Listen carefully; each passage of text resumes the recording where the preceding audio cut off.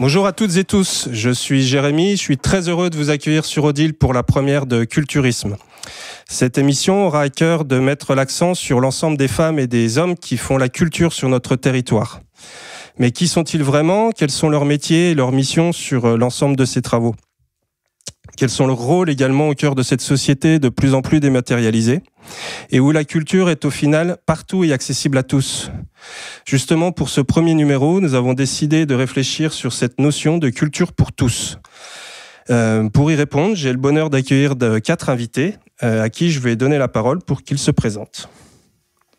Alors bonjour, je m'appelle Étienne Dureau, je suis metteur en scène, comédien avant tout, et membre de la compagnie Sipango qui est basée à Toulon-sur-Arroux, avec laquelle nous montons de nombreux spectacles et nous donnons de nombreux ateliers pour aller à la rencontre des publics.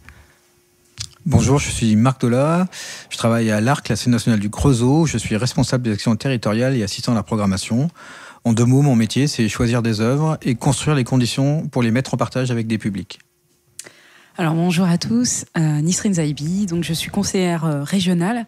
Avant ça, j'ai monté une association notamment axée sur la culture. Enfin, l'idée c'était de démocratiser justement la culture et la rendre accessible à tous, et notamment vivant dans un quartier populaire. J'avais à cœur justement d'ouvrir les temples, que j'appelle les temples, c'est les scènes nationales, qui à l'époque se recroquevillaient sur elles-mêmes, et aujourd'hui elles sont beaucoup plus ouvertes, et on en parlera plus longuement tout à l'heure si vous le voulez bien. Voilà, bonjour, moi je suis Eric Binet, donc je suis, je représente le monde des MJC, je suis président de la MJC Héritant à Mâcon, donc militant de l'éducation populaire, et j'expliquerai un petit peu en quoi la culture nourrit l'éducation populaire aujourd'hui. Voilà. Ok, merci à tous. En tout cas, un grand merci d'avoir répondu à notre invitation pour ce débat. Et pour rentrer tout de suite dans le sujet, je souhaitais vous poser une question à la fois large, mais qui va nous permettre également de définir un petit peu vos positions justement en tant qu'acteurs sur le territoire. Sur cette notion de culture pour tous, qu'est-ce que cela invoque pour vous? Et si moi je pouvais donner un petit peu mon ressenti sur cette notion-là, c'est que, n'est-ce pas du coup la définition intrinsèque de la culture, d'être accessible à tous? Alors qui souhaiterait déjà commencer par donner sa vision à lui de ce qu'est la culture pour tous? Je crois que la question est très ouverte. La notion de culture aujourd'hui, on sait qu'il y a des tentatives de définition officielle pour essayer de la comprendre et de la cadrer. Aujourd'hui, c'est une vraie question. Faut-il justement encadrer cette culture, essayer de la comprendre? Mais c'est vrai que là, ce que l'on nous présente aujourd'hui sur la culture, sur cette définition de la culture, on l'organise autour de 3 thèmes, le patrimoine, la création et les modes de vie. Mais tout ça, c'est peut-être un peu plus complexe, et on le verra, je pense, dans nos approches les uns les autres. Donc, pour moi, la culture pour tous, c'est vraiment le cœur de la démarche dans laquelle on s'inscrit, ce qui est toujours le paradigme de la politique culturelle du ministère de la Culture, qui est vraiment de la démocratisation culturelle, c'est-à-dire l'idée de rendre les œuvres accessibles au plus grand nombre. Et effectivement, l'ARC construit cette démarche-là par le biais de tout un tas d'ateliers, de travail directement sur le territoire, c'est-à-dire d'aller au plus près des populations, également d'accueillir l'ensemble de ces populations dans l'ARC, dans notre bâtiment, mais surtout de faire cette démarche d'aller au plus près des publics. Alors, c'est vrai que moi, du coup, c'est plus l'aspect spectacle vivant qui va me parler dans Culture pour tous, et c'est cette idée aussi de démocratisation de la culture qui résonne au sein de notre compagnie, avec cette envie de décentralisation qui est née au siècle dernier. Et j'ai un petit peu la sensation, en tout cas, de faire partie d'une génération, en tout cas avec les gens que j'ai rencontrés au cours de mon cursus scolaire, d'avoir ce besoin d'aller un petit peu plus loin dans cette décentralisation, d'aller de pas s'arrêter aux villes, aux moyennes et grandes villes, d'aller au bout des chemins et d'aller un petit peu explorer le milieu rural. Merci. Moi, pour tenter de répondre à la question qu'est-ce que la démocratisation de la culture, Il faut déjà essayer de définir ce que c'est que la démocratisation et la culture. Finalement, quand je vous écoute, j'ai peut-être pas forcément les mêmes définitions. Après, c'est normal parce que vous êtes tous dans vos domaines respectifs et donc vous avez une appropriation des termes qui sont peut-être différents selon ce qu'on fait au final. Et quand j'entends démocratisation, pour moi, ça évoque popularisation. Ça évoque aussi libéralisation des savoirs et finalement transmission, peut-être partage. Et quand j'entends culture, pour moi, il y a plusieurs définitions. Il y a, par exemple, je sais pas, l'enrichissement de l'esprit à partir d'exercices artistiques, par exemple. L'idée d'avoir une éducation culturelle, finalement. Ou est-ce que c'est un mode système de vie qui désigne une civilisation ? Là, on parle d'ethnie, etc. Et donc là, d'une façon transversale, on peut aussi imbriquer les activités artistiques avec et s'inspirer, par exemple, des civilisations et différentes ethnies.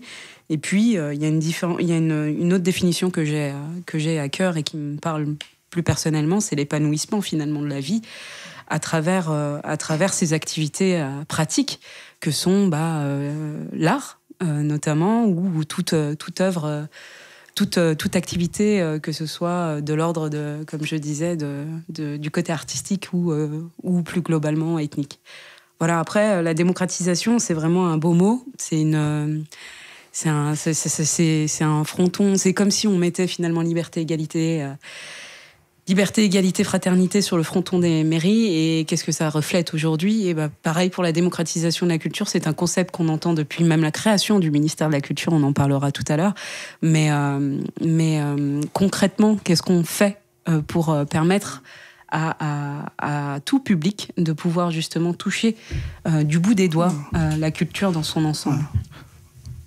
Ouais, moi, je voudrais reprendre la parole parce que tu voulais rebondir. Non, je voulais rebondir parce qu'en tant que militant d'éducation populaire, pour nous, comme je le disais tout à l'heure, la culture est un formidable levier et c'est un levier qui va nous permettre d'aller vers l'émancipation des gens. Et quand on parle de démocratisation, on parle de citoyenneté. Et la citoyenneté, sans remonter très loin jusqu'à Condorcet, mais enfin, c'est vrai que c'est quelque chose qui est pas inné. Et il y a un moment, il va bien falloir mettre en œuvre un certain nombre d'actions pour pouvoir justement permettre à chacune de grandir dans la société et d'être un acteur de la société. Donc c'est vrai que pour nous, la culture, c'est vraiment ce levier fort de la citoyenneté. Peut-être si je peux rajouter quelque chose. Oui, je t'en prie, Marc. Juste, non, mais sur le pourquoi. Enfin, moi, je suis persuadé que la culture, c'est une béquille sur laquelle on peut s'appuyer en cas d'accident de la vie. C'est-à-dire qu'on n'est plus tout seul. On a fait plein d'œuvres, d'auteurs, de références. On a vécu des choses qui nous permettent de créer un petit matelas avec les accidents de la vie et qui permettent de mieux vivre tout ça, quoi. C'est vraiment, la culture permet pour moi de mieux vivre en tant qu'individu. Alors ensuite, évidemment, il y a toute la question du collectif et c'est ce qui permet aussi d'avoir des émotions en collectif et de travailler ensuite, comme tu disais, sur la notion de citoyenneté et de travailler ensemble à construire un autre collectif que ceux qu'on voit aujourd'hui, quoi, on va dire. En fait, quand je vous écoute, j'entends des mots forts et plus qu'intéressants sur ces notions de culture pour tous. Quand j'entends démocratisation, travail de vivre ensemble, d'émancipation par le biais de la culture, au même titre que par le biais de l'éducation, je pense que c'est deux piliers forts de notre société actuelle. Et justement, je voulais rebondir sur cette notion de vivre ensemble, de créer des choses ensemble, de créer du collectif au travers de projets culturels. C'est vrai que depuis les attentats, ces malheureux événements qui sont arrivés en 2015 en France, de nombreuses politiques ont été initiées et développées afin de favoriser cette notion de vivre ensemble, justement, et ainsi fédérer les publics et de créer des événements et des projets collaboratifs. Et je voulais justement avoir votre avis ou votre positionnement par rapport à tout ça, c'est-à-dire comment cela se traduit sur vos diverses composantes de travail et cela a-t-il eu une réelle incidence dans votre travail au quotidien, justement ? Je peux attaquer déjà ? Oui, tu peux. Nous, à l'MJC, c'est vrai qu'il y a eu un avant et un après attentat 2015, notamment dans un certain nombre d'actions qui sont devenues de plus en plus fortes. Je pense à l'Université populaire qui a pris une place beaucoup plus importante dans notre maison. C'est vrai qu'une MJC, c'est quelque chose de très multiforme, hein, avec des activités, des spectacles, mais il y a aussi du débat citoyen. Et c'est vrai que le débat citoyen, depuis ces moments douloureux, a pris une place tout à fait particulière dans notre structure. Et là, notamment, ça me permet d'annoncer que bien cette semaine, on va avoir, par exemple, un spectacle. En fait, ça va être un spectacle, c'est une lecture d'un texte de Charb qui s'appelle Lettre ouverte aux escrocs de l'islamophobie qui font le jeu des racistes. Et ça, c'est typiquement le genre d'action qu'aujourd'hui, on se sent tout à fait obligé de mener. Enfin, quand je dis obligé, c'est vraiment pour nous quelque chose qu'on a vraiment à cœur. Ça nous semble primordial de défendre ce genre de projet. Même si sur ce genre de projet, mais on y reviendra peut-être tout à l'heure, on n'est pas forcément très suivi d'ailleurs par les politiques, quelle qu'elle soit, quoi. Niveau financement, au niveau même portage, tout simplement. On s'aperçoit que c'est pas simple. Mais voilà, mais c'est vrai que pour nous, ça, c'est cette responsabilité du débat citoyen, on s'en sent investi de plus en plus. Si je puis me permettre, pour rebondir sur ce qui vient d'être dit, il y a effectivement l'attentat avant-après, mais il y a aussi l'avant, si je peux donner quelques mots très brièvement. Après, je ne fais pas de généralité et je ne veux pas donner mon cas en exemple, comme si c'était un fait qui se passait et qui se déroulait finalement sur tous les territoires. Mais je me souviens, moi, quand j'avais 15 ans et que j'avais justement décidé de prendre en main finalement cette vocation qui me tenait à cœur, c'est-à-dire de m'engager pour la société et du coup, à l'aube de ce qui s'est passé, les élections du deuxième tour avec Jean-Marie Le Pen arrivé au second tour. Donc ça nous a tous un peu marqués, moi, ma génération en tout cas, et la mienne. Donc je me suis dit, mais qu'est-ce que je peux apporter finalement à cette société qui va finalement mal, mais qui reflète pas la réalité de terrain. Et là, je m'investis, je monte ma propre association avec mon frère qui était artiste chorégraphe à l'époque. Et du coup, moi, j'avais pas forcément le talent qu'il avait. Et je me suis dit, je veux quand même contribuer. Et du coup, on a trouvé cette idée de rendre accessible la culture pour tous, et notamment les jeunes issus des quartiers populaires, dont j'en fais partie. Et je me suis dit, tiens, on va monter cette association. Donc, on a monté cette association pour justement travailler en lien avec des scènes nationales, et pas que, le Conservatoire de Châlons. Moi, je suis de Chalon-sur-Saône, donc c'est un territoire différent du Creusot. Je l'expliquerai pourquoi. Et quand on a monté cette association, on s'est vu, nous, jeunes, motivés, ayant vraiment l'envie de rendre accessible la culture comme on nous le donnait en exemple finalement à l'école. On nous disait, mais il faut y aller, c'est pour vous, avec tous les bienfaits qu'on connaît finalement à travers ce qui vient d'être dit sur la question culturelle.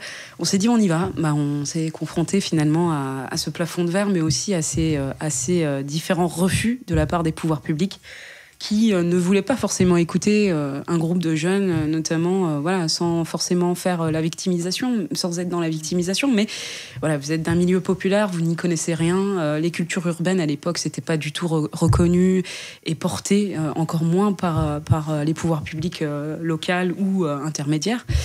Et donc, on s'est dit, mais comment jouer autrement pour pouvoir à exploser ce plafond de verre, qui, pour moi, j'appelle ça les subventions. Ce sont des plafonds de verre parce que sans moyens sans moyens financiers, mais tout ne se résume pas non plus à l'aspect financier. Bien évidemment qu'on peut faire beaucoup de choses sans forcément avoir un budget extensible. On a quand même réussi à faire des choses, tout simplement avec le vivre ensemble, ce vivre ensemble qu'on observait dans les quartiers. On avait cette diversité culturelle, cette diversité aussi des classes sociales, ce côté populaire qui faisait que la culture était vraiment la colonne vertébrale qui rassemblait tout le monde. C'était un langage commun finalement qu'on retrouvait. Et c'est pour ça qu'il y a cette dimension collective, mais il y a aussi cette part individuelle que tout à chacun, on peut l'avoir ou pas. Et c'est comment on fait justement pour débloquer ce côté... Je ressens une émotion quand je regarde une œuvre, que tout le monde ne l'a pas, en fait, ce déclic. Donc, c'est ça aussi, rendre accessible la culture, mais à un moment donné, le citoyen a son rôle à jouer. L'individu a son rôle à jouer aussi dans la part prenante, finalement, de ce que c'est que la démocratisation de la culture. Et quand je parlais, justement, avant l'attentat, il y a eu aussi après l'attentat. Et malheureusement, j'ai pas du tout cette volonté d'être pessimiste, mais j'observe que, heureusement d'ailleurs, qu'il y a des acteurs comme vous sur le terrain qui fêtent et qui donnaient un sens, finalement, à l'engagement. auprès de bon nombre de jeunes en difficulté, ou moins, peu importe les jeunes, moins jeunes. Mais ce que j'observe, c'est qu'il y a une dégradation finalement du vivre ensemble, alors qu'on devrait réagir autrement. Quand on voit ça, quand on voit cette volonté finalement des extrêmes qui veulent juste une chose, nous empêcher de nous réunir, nous empêcher de se battre pour avancer collectivement, eh ben j'explose intérieurement et extérieurement finalement. C'est pour ça que je m'exprime en disant que oui, il y a une volonté, mais il y a une réalité qui fait qu'aujourd'hui, c'est difficile de mener à bien des actions pour maintenir ce côté on est ensemble malgré la haine, malgré les attentats, malgré les divisions et les postulats, parce qu'il y en a beaucoup aussi dans cette société, de parler de certains sujets qui sont amalgamés aujourd'hui, par exemple la question des croyances et des non-croyances. Ça aussi, il y a chacun a son interprétation des textes de loi, qui sont la laïcité de 1905, qui fuse finalement dans les débats et qui crispe finalement notre société autour de ces questions, alors que l'essentiel n'est pas là, parce qu'on a vécu avant.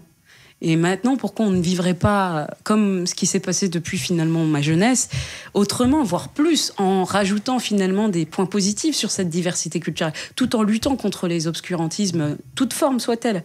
Mais la haine de l'autre, c'est ce qui finalement nous isole le plus.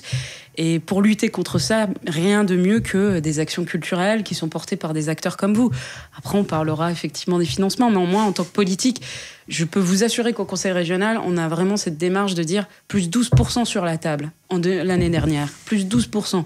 Après, c'est pas qu'une question, c'est pour ça que je vous disais que c'est pas une question que budgétaire, c'est comment on répartit finalement ces moyens-là. Avec qui, quel acteur autour de la table, et quelle action et quel objectif politique aussi on se définit pour accroître finalement ce vivre ensemble. C'est toutes ces questions qu'il faut se poser, et c'est pas qu'une question finalement d'affichage budgétaire, parce que les étendards, je pense que les gens en ont marre, et c'est d'ailleurs pour ça qu'on les observe finalement dans les rues avec les gilets jaunes, parce que c'est un tout, c'est un ras-le-bol. Enfin voilà, c'est une expression, je suis désolée, je suis longue, mais voilà, j'avais vraiment envie de le dire. Si je peux juste compléter deux choses, c'est la culture, c'est effectivement un outil, un très bel outil, mais que la société ne soit pas inclusive ou pas autant inclusive qu'on voudrait, c'est la vérité malheureusement. Donc on peut effectivement y travailler par le biais culturel, mais il y a d'autres biais, d'autres leviers que les politiques peuvent se servir, enfin avec lesquels les politiques peuvent se servir pour la rendre plus inclusive. Mais malheureusement, je pense que la culture ne peut pas tout, et surtout si elle est seule. Après, moi, je pense que c'est notre rôle aussi à nous, artistes. Justement, tu parlais de ça, de permettre à des gens de s'exprimer.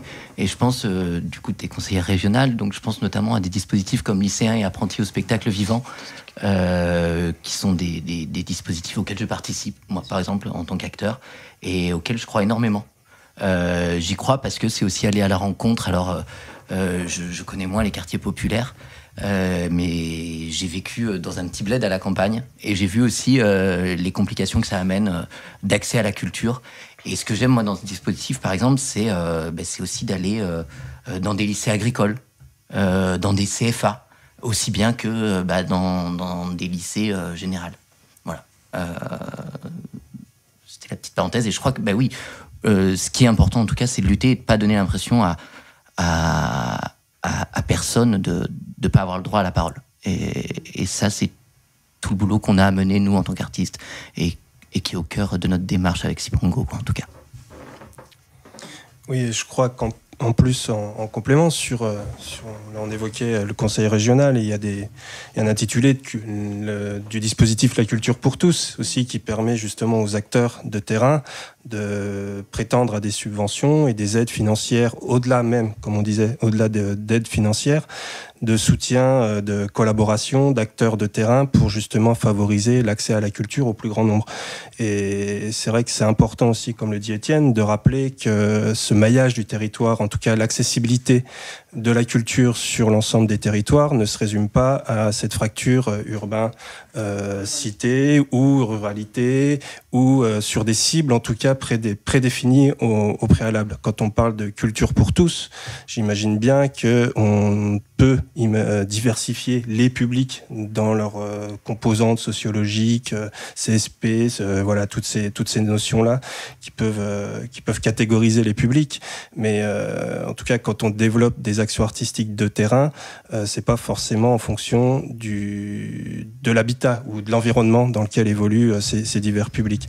Et justement, je voulais rebondir sur les missions, par exemple, d'une scène nationale, Marc, où tu pourrais nous en dire plus justement sur toi, ton rôle propre, qui est de développer sur un territoire plutôt rural, justement, où il n'y a pas de structure culturelle ou d'opérateurs qui permettent justement au public d'avoir accès à une culture, et comment vous développez ces actions-là, et par des missionnements ou des cahiers des charges justement de tutelle liés à votre structure. Alors, de par le cahier des charges des scènes nationales, on est tenu à avoir un ancrage territorial.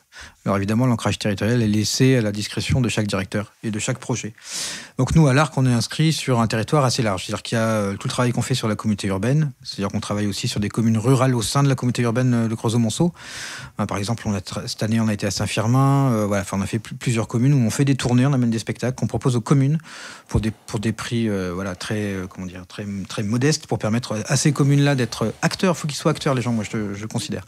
C'est-à-dire que c'est la commune qui achète le spectacle. Ensuite, on partage les recettes de billetterie.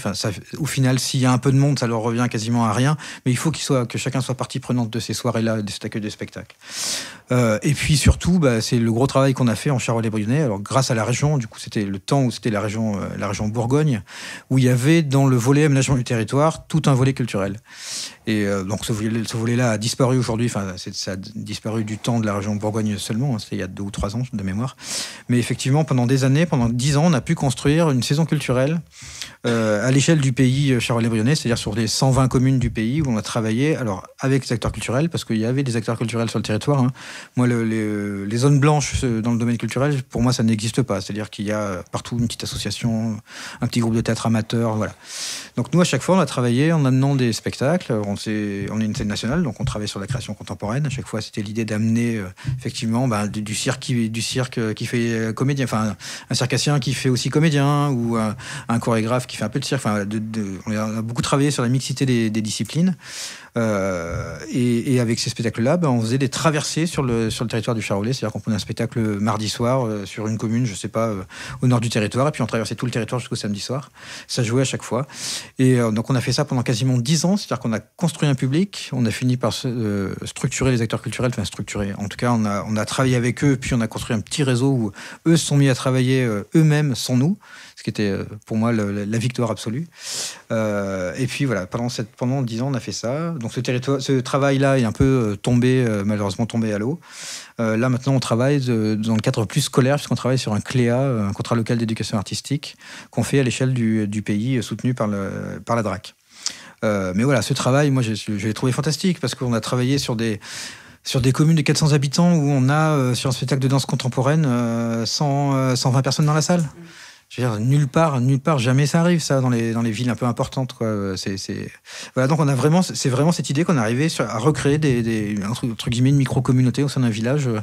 Et la différence, elle est flagrante, parce qu'on n'invite pas les gens chez nous, dans notre maison, qui est la maison pour tous, mais dans notre maison. Là, on va jouer chez les gens. La salle des fêtes, elle leur appartient. Eux, ils ont fait le baptême des enfants là-dedans, le mariage de la petite fille. Donc ça change complètement le rapport, et je trouve que, moi, ça m'a paru très important. Ce public qu'on a mis 5-6 ans à structurer, il a un peu disparu. C'est-à-dire qu'il y avait un vrai public qui nous suivait. Voilà. Et là, on y retourne, les choses sont un peu différentes. Puis malheureusement, on sent que le tissu aussi, il s'est encore fragilisé. Là, on a tous vu ça, les différentes. Je crois qu'on voulait en parler à la fin des moyens, mais là, on est obligé d'en parler. Mais avec la baisse des moyens des petites communes, voilà, tout ce tissu-là de professionnels, d'associations, il se fragilise. Et d'année en année, quand on y retourne, il y a toujours un peu moins de monde, il y a toujours un peu moins de gens pour faire le travail, pour accueillir, pour faire la com, pour faire je trouve que ce tissu-là qui était si précieux, et on est en train de le perdre, donc c'est c'est dangereux pour moi. Et tu évoquais aussi cette notion de rendre acteurs aussi les spectateurs ou les publics dans leur généralité. Et je voulais rebondir sur cette notion-là, parce que c'est quelque chose qui me tient à cœur et qui, je pense aussi, Eric, doit te parler dans cette notion d'éducation populaire. Et Étienne également, sur tout le travail que tu peux faire dans le cadre du CLEA, parce que je crois également que Cipango, ta compagnie est dépositaire d'un contrat local d'éducation artistique avec la ville, avec la ville de Toulon. Voilà, c'est ça. Et du coup, je voulais que vous rebondissiez un peu sur cette notion de spectateur-acteur ou d'acteur-spectateur, ou de comment on crée un public en le rendant acteur de son... Surtout qu'en plus, c'est une notion qui, entre proposer une programmation et puis faire de la médiation, parce que c'est finalement un peu ça qu'on fait. En plus, ça change complètement les choses, parce que par exemple, pour être éligible sur certains financements, notamment de la DRAC, on les a rencontrés nous cet été en espérant quelques aides, on s'aperçoit que quand on est dans cette démarche-là, on n'est pas forcément très aidé.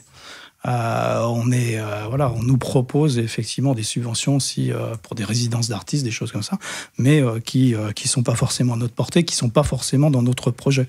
Parce qu'effectivement, comme tu l'as dit, nous, ce que l'on cherche, c'est et quand je parlais d'émancipation, c'est ça, c'est faire que nos publics s'emparent de ces actions, construisent des actions. On en parlait tout à l'heure, d'ailleurs, avant l'enregistrement de cette articulation entre artistes professionnels, artistes non professionnels, on préfère dire non professionnels qu'amateurs. Et c'est vrai qu'il y a, je pense que là, il y a quelque chose, il y a une rupture qui est dommageable, je pense, pour la culture, de ne pas prendre dans la globalité le parcours, justement, de la création artistique. Si je peux, après je laisserai la parole à Étienne. Non, alors nous on propose ce genre de choses, mais effectivement nous, alors moi j'appelle ça des aventures artistiques collectives, mais nous à chaque fois c'est vrai que ce travail-là de création, d'accompagnement des amateurs est mené par des professionnels. C'est-à-dire que voilà, nos missions, c'est pareil, c'est dans le cahier des charges. Notre mission, c'est vraiment de travailler avec des artistes professionnels. Effectivement, on propose ce genre de choses, mais accompagné par des professionnels. Enfin, d'ailleurs, la compagnie Cipango nous accompagne. On a un atelier hebdomadaire à l'Arc de pratique théâtrale qui est mené par Julie Roux, metteuse en scène et actrice de la compagnie Cipango. On a fait ce travail-là aussi avec des gens des quartiers, avec des compagnies notamment musicales et de théâtre de rue. On a construit une parade avec des gens des quartiers. On fait ce genre de choses, mais c'est vrai que la différence, c'est que nous, on est sur de l'emploi de professionnels. Ça change rien du tout. Si je peux rebondir effectivement sur la notion d'éducation populaire et puis sur la question de la fracture territoriale, enfin le rural, l'urbain. J'ai tendance à assister à bon nombre de débats finalement où on oppose tout le temps les territoires alors que les problématiques sont exactement les mêmes. L'éloignement finalement des services publics, l'éloignement aussi de finalement l'accès tout simplement à ces bienfaits qu'on retrouve finalement à travers des activités culturelles et artistiques ou même à travers la citoyenneté et l'engagement associatif. Et puis, justement, pour rebondir par rapport à l'éducation populaire, moi, je le vois bien depuis fort longtemps. Il y a eu un démantèlement de l'éducation populaire sur le plan... moi qui suis membre, par exemple, de la Ligue de l'enseignement depuis quelques années, j'ai à cœur d'œuvrer justement dans ce domaine-là, parce que pour moi, les valeurs intrinsèques de l'éducation populaire sont quand même définissent parfaitement le cadre qu'est notre débat actuellement, c'est-à-dire pouvoir injecter des valeurs, pouvoir transmettre aussi des éléments existentiels et importants aujourd'hui pour se retrouver finalement soi-même en tant qu'individu, mais aussi dans la société, notre place, se retrouver en soi. C'est ça les réponses qu'on recherche finalement à travers la culture, une thématique pareille. Et oui, j'ai le regret aujourd'hui d'observer ce démantèlement. Je me suis battue longtemps, moi, modestement, ça fait que 10 ans que je fais de la politique, quoique 10 ans c'est énorme. En 10 ans, c'est frustrant aussi de pouvoir être engagé finalement en politique et de ne pas pouvoir tout faire comme on avait l'envie dans ses débuts. En plus, quand on entre en politique, personnellement, c'était par erreur. Je dis toujours que c'est souvent... Non, je ne regrette en rien l'engagement qui est le mien aujourd'hui, mais ce que je veux dire, c'est que c'était justement ce ras-le-bol qu'était le plafond de verre quand j'étais militante associative, je le suis toujours, et quand on avait face à nous ces obstacles finalement qui étaient les institutions publiques qui ne nous reconnaissaient pas, au-delà même de l'attribution des subventions, mais qui ne nous reconnaissaient pas. Et la reconnaissance pour nous, elle est vitale en tant qu'acteur de terrain. Et donc, à un moment donné, j'ai aussi explosé le plafond de verre en me disant pourquoi pas nous ?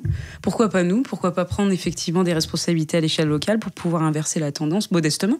Et puis, l'aventure m'a amené à la région. Effectivement, j'ai œuvré pendant un mandat sur la question de jeunesse. Donc, quand j'étais à l'époque déléguée à la jeunesse en transversalité sur les compétences de la région, du coup, on travaillait énormément justement à l'accès à la culture, mais pas que, parce que, comme il le dit, c'est pas que la culture qui va résoudre tous les maux de la société. Mais il faut miser justement sur ces éléments que sont l'engagement, l'accès à la citoyenneté, l'accès à la culture. Et concrètement, il y a des visions politiciennes qui ont œuvré dans un sens contraire, parce qu'il y a deux sortes d'objectifs en politique. C'est soit finalement on abrutit, je suis désolée, un peuple pour mieux la servir, mais vraiment, ou soit on injecte au contraire tous les moyens et on leur donne les moyens finalement de pouvoir s'opposer au décideur qui est le politique. Et ça, c'est une prise de risque. Donc à partir du moment où on est décideur politique, est-ce qu'on accepte effectivement cet affront venant finalement de la masse populaire, et du coup, au contraire, d'éduquer pour qu'il y ait une conscientisation finalement des débats dans notre société, et c'est tout le débat depuis fort longtemps. Mais moi, je le dénonce fortement. Moi, la première, je suis de l'autre côté de la barrière aujourd'hui, je suis plus actrice militante de terrain, même si j'ai à cœur d'être sur le terrain. Et oui, je le dénonce, mais à l'intérieur même, finalement, des institutions, parce que c'est elles les premières fautives, parce qu'on a tendance aussi à raisonner par des cases. Les budgets, on rentre finalement dans des lignes, dans des cases, ou on rentre pas dans les cases. Et c'est ça qui pose problème aujourd'hui pour bon nombre d'acteurs comme vous. Et c'est à nous d'œuvrer pour casser ces cases, encore une fois, comme le plafond de verre, pour permettre à cette liberté d'expression, finalement, d'exister et d'être présente à travers des actions que vous proposez. Oui, c'est vrai qu'il y a beaucoup de choses qui ont été dites, mais c'est vrai que celle des dispositifs, parce que c'est ça dont tu parlais, aujourd'hui, on est beaucoup de financements sont liés à des dispositifs, alors que nous, ce qu'on attend, c'est surtout de financer des projets. Et des projets, c'est pas des projets qui sont des petits projets, en plus c'est des projets de société. Comme tu disais, il y a beaucoup et peut-être pas assez, de responsables politiques qui se sont formés, qui sortent des rangs de l'éducation populaire. C'est notre grande fierté d'ailleurs, d'avoir des gens qui se sont construits à travers ce qu'ils ont pu vivre dans nos maisons à travers le projet. Mais aujourd'hui, c'est vrai qu'il y a une véritable rupture, qui est regrettable. C'est vrai qu'on aimerait être un peu plus pris en compte pour ce que l'on est. Alors dans les discours, on est toujours les meilleurs. Et c'est vrai que c'est après. Il y a un élément aussi qu'il faut prendre en compte. En fait, ça s'est passé quand ? À l'époque de Xavier Bertrand, sans forcément mettre la gauche, droite, peu importe, là on ne politise pas le débat, mais ce que je veux dire, c'est qu'à l'époque, il y avait l'idée de quantifier les résultats, les objectifs, et du coup de ne pas prendre en compte le côté qualitatif aussi du projet. Et on a été dans cette vision finalement, de par la raréfaction finalement des finances publiques, parce qu'on a bien vu qu'il y avait la dette accroît, et puis les finances finalement, alors que franchement, on n'a jamais été aussi riche que jamais en fait en France. Mais c'est paradoxal, mais c'est une réalité aussi. Et donc, de fait, quand on est en responsabilité politique, c'était un peu l'hypocrisie de dire mais on fait, mais on ne veut pas tout arrêter, mais on veut faire, mais un peu. Et c'est cette notion finalement des dispositifs qui est venue sur le terrain, et on a abandonné ces conventions de 3 ans pluriannuelles qui au contraire permettaient à une structure de se construire sur la durée, et qui elle ne se contentait pas finalement de répondre à des appels à projets, de passer son temps finalement dans un bureau pour essayer de répondre à différents appels à projets et obtenir le peu de moyens. Et ça, et encore quand elle est au fait des différents outils qui existent, parce que il y a aussi une question finalement de lisibilité des programmes qui existent, et ça c'est la question de l'accès finalement à la subvention publique pour pouvoir œuvrer sur les territoires. Moi je rejoins totalement avec des effets terribles d'associations qui réécrivent leurs projets pour rentrer dans les cases. Dans les cases, on l'a vu tous, à certains moments il fallait plutôt aller sur tel type d'action plutôt que d'autres, et voilà, donc c'est vrai qu'aujourd'hui c'est de la responsabilité politique, je me permets de le dire, mais c'est vrai qu'elle est importante aujourd'hui. Oui. Et puis, sans parler que ça ne laisse pas de place à l'innovation. C'est-à-dire qu'on remplit des cases, c'est tout. On n'a plus le moyen d'inventer, de construire des choses ensemble entre deux partenaires, entre un territoire et une maison comme la nôtre, par exemple.